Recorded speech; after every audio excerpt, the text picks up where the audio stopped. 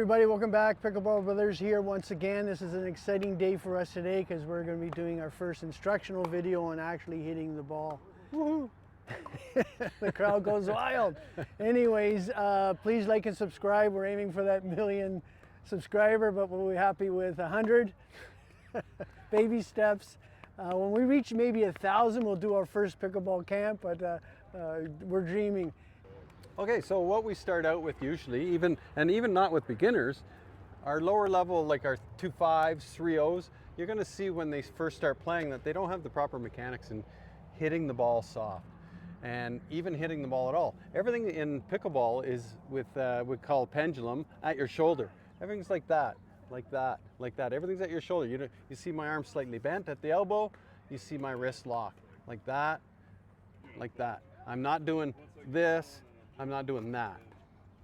So what we start off with is we just put our paddles down and we put each other on the outside of the non-volley zone line, and we just say, okay, toss the ball over into the kitchen. That's all we say. No instruction, no nothing. Just toss the ball over, and you'll see people do this without instruction. And then toss the ball back, toss it over, toss it back. So what that is doing is, that's the pickleball shot right there. Just what I showed you. Elbow bent. I don't do this to throw the ball. I don't do this to throw the ball because the ball is going everywhere. It's going up. So now we put a paddle in their hands and we say, do the exact same thing. So we'll give that a try. So I'm going to do the exact same thing. Just like I'm tossing the ball over. Tossing the ball over. You can see I'm still following through. Now you're going to get some people going like that and stopping their arm. And you can see what happens. Now I'm trying to hit it like this. I'm punching the shot and it's going straight. And it goes into the net. Or opposite, if I'm going to use my elbow or I'm going to use my wrist, I'm going to hit it. Well, where's it going? It's going up. We don't want it to go up because if it goes up, David slams it back at me and I don't like that. So we'll try again, and we're just going across, going across, going across. And then the next one I'm going to hit with my elbow bent, and I'm going to go like that. Well, look, it's going to go up in the air. We don't want it to go up in the air. So that's what we're going to start off with, is what we call dinking, hitting the ball soft into the kitchen or the non-volley zone. Okay, so one of the biggest questions we get is, why am I popping the ball up? I don't like popping the ball up. Why am I doing it so often? So here's a couple of reasons why. A lot of times, and I think the main reason why, is your grip strength. So a lot of times what we'll do, not a lot of times, all the time we'll do, is we'll have our students hold their 3 fingers out. Grab the 3 fingers and hold a grip of 8, 10 being white knuckling it. So you'll never white knuckle it, never be a 10. Maximum, when you're hitting the ball hard, you're holding the paddle hard, so 8. When you're going to hit it soft, you're holding the paddle soft, 3. So you 8, and then you loosen your grip, 3. Obviously not down to a 0 like I just did, but 8 and 3. 8 hard, 3 soft. So that is a lot of times why you're popping the ball up, because you're gripping that thing too hard, and you can't hit it soft because the muscles in your arms are all tense and you're not relaxed, you're not ready to hit that ball soft. When you have 8 grip on your paddle, the ball is like hitting a wall. So even if I don't move my paddle, it bounces off like a wall, and this is why it goes up. We get so often people say, you change your grip strength? I mean, these are people who have been playing for a few years, and they're quite surprised that, 1, we change our grip strength, but 2, how much or how drastically we change it. We teach that to them and they're astounded by all of a sudden, geez, my game's a different game already. Another big one is you've lost your pendulum. So we talked about your pendulum when you're hitting it soft, especially when you're low, you're hitting it soft. So I'm just going to show you. If I lean too far into the kitchen, now I'm leaning too far, my pendulum's gone. I got no lift anymore. I can't go up anymore. So all I got left is my elbow or my wrist. So I'm going to hit it. I'm going to lean forward on one of the ones that come shorter. I'm going to show you that I'm going to have to pop the ball up.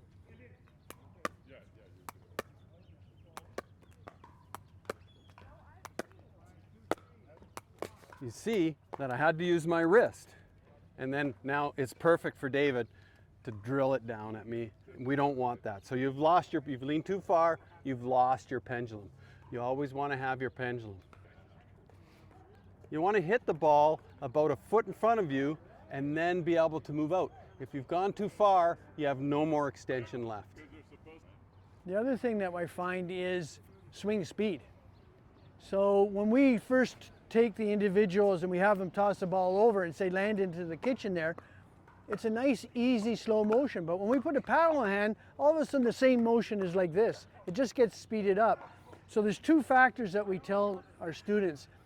When people start to get a little bit more excited and the game starts to get sped up, the paddle grip gets tighter. You'll never be able to reset that to drop it back into the kitchen with a grip of an 8, but it happens all the time. You have to relax yourself. The other one is when you run for the ball or when you reach for the ball. So if Chuck is out on this side of the ball and he's forced to really reach out and forced to get it back, what we see happen is people actually swing harder and tighten the grip, where in fact you actually have to slow that swing speed down, at the same time relax that grip, else it's obviously going to be up this high. So the next question we get is, why am I hitting the net? Why isn't it going over the net? So we talked earlier about not shooting for this far over the net. We're not trying to get that ball right here. We're not trying to do that. We're trying to get the ball back at the kitchen line. So we talk about windows. So this is window 1, from the net to here. Ideally, we're going to shoot right here. That's the spot we want to shoot for, in an arcing fashion. So the ball's coming up and going down. Arc it back down. So it's got to be soft in order to arc it. Arcing back down, landing back there. If I shoot for here and arc it, number 1, I'm going to hit the net a lot because I've left no room for air. Number 2, it's going to bounce here, which it makes it an easier return for the person on that side. They can just lunge in and put it up. We're going to do some dinking and show you the difference in that. So that's what you're shooting for, is here. Do remember this, rule number 1, get that ball over the net. So you're just starting pickleball 2-5-3-0. It's way more important that you get it over the net and bounce it into the kitchen. If it's a soft shot, like you're throwing it over lightly, there's no way that they can attack that ball and hit it hard. If they do, it's going to the net or it's going out. And then we talk about window 2. So your second window, here to here. That's okay. It's okay to put the ball there. The most you're going to get back is a strong punch back. In a future video, we're going to do that, the punch shot or the block shot. We're going to do that to show you that. And then it's not as fast as an overhead. So window 3, you want to avoid that. Not good, because then it's coming back at you hard. So window 3, it's coming back at you hard. You got to look out. Okay, so we taught you about tossing the ball over. We toss the ball over and we don't punch the ball over. You can just imagine 3 balls. That's what you minimum of your follow through on your paddle, 3 balls. You can go more, but it's a minimum of 3 balls on your follow through. You're not, just pretend you're not hitting 1, you're hitting 3. You want to hit all 3, so you want to go from here to here in your follow through. And I'm going to show you that on the cross court dinks. We're going to do some cross court now. So when people are throwing the ball, it's funny, they're just naturally relaxed and the arm is just swinging loosely. We put a paddle in their hand and all of a sudden it's this. They stop. You just have to be nice and relaxed in your shoulder and just follow through. Yeah. Okay, so we'll do some cross court dinking. Watch the follow through.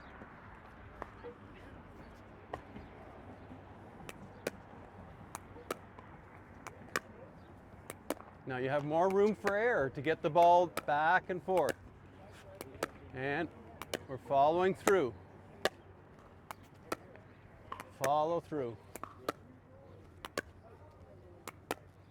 And we're putting our paddle back up into the ready position. And you can see he sped it up. Unexpected to me. There we go. I let him get that one. So you can see that in the dinking, it's soft, it's soft. So with anything, it's important to practice these skills. And the best way is to get a drill. So we're going to show you 2 or 3 drills right now that we have shown our students to kind of work on relaxing of the grip, work on lateral movement.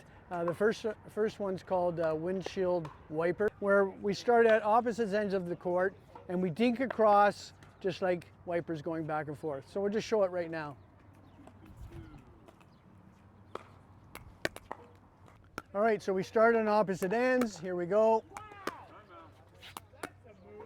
Now we're going to be moving ourselves back and forth here.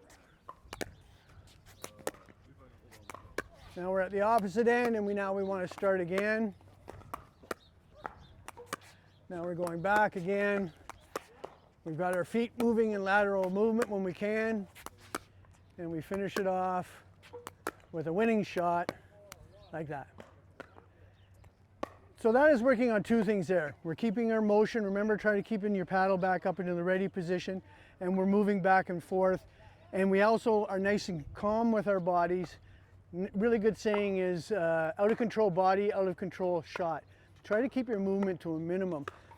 We see a lot of students where I ask them if they have a Fitbit on their arm because they're getting an awful lot of steps in while they're playing, whereas we're standing across from them and not even moving one step. And it's funny, they all laugh, say, yeah, I move a lot. If we can, we want to cut down that movement as much as we can. So another drill is the double bounce. You're going to start off with this one once you try it and say, oh, this is a bit too hard, and you'll want to get rid of it pretty quick. But it's a very important drill to work on and get it right. It's going to help your game as you move along. So we'll just get back. We're back at the kitchen. What we're going to do is we're going to dink it over. You're going to not catch the ball. You're going to hit the ball, hit it twice, and the second one you're going to hit back to the other side. So it's a double hit on purpose with control.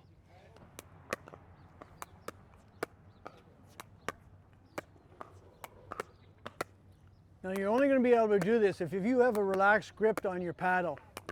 If you have a tight grip on your paddle, the ball is going to bounce really high off your paddle and you're not going to be able to control it. So to increase difficulty, what we can do is we introduce it, the drill has a volley only. So now it's a much more difficult because now you're taking the ball out of the air.